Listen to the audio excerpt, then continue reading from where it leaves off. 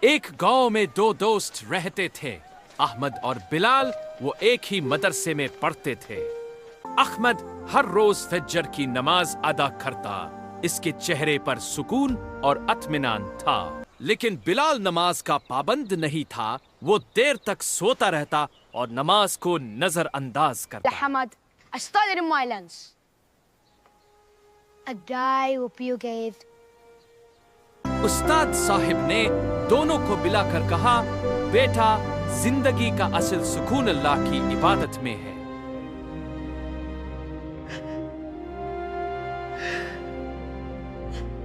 بلال احمد کے پاس گیا اور کہا، مجھے سکون نہیں ملتا۔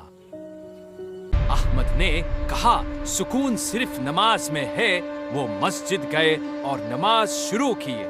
وہ نماز کا عادی ہو گیا، اس کے چہرے پر پہلی بار سکون نظر آیا۔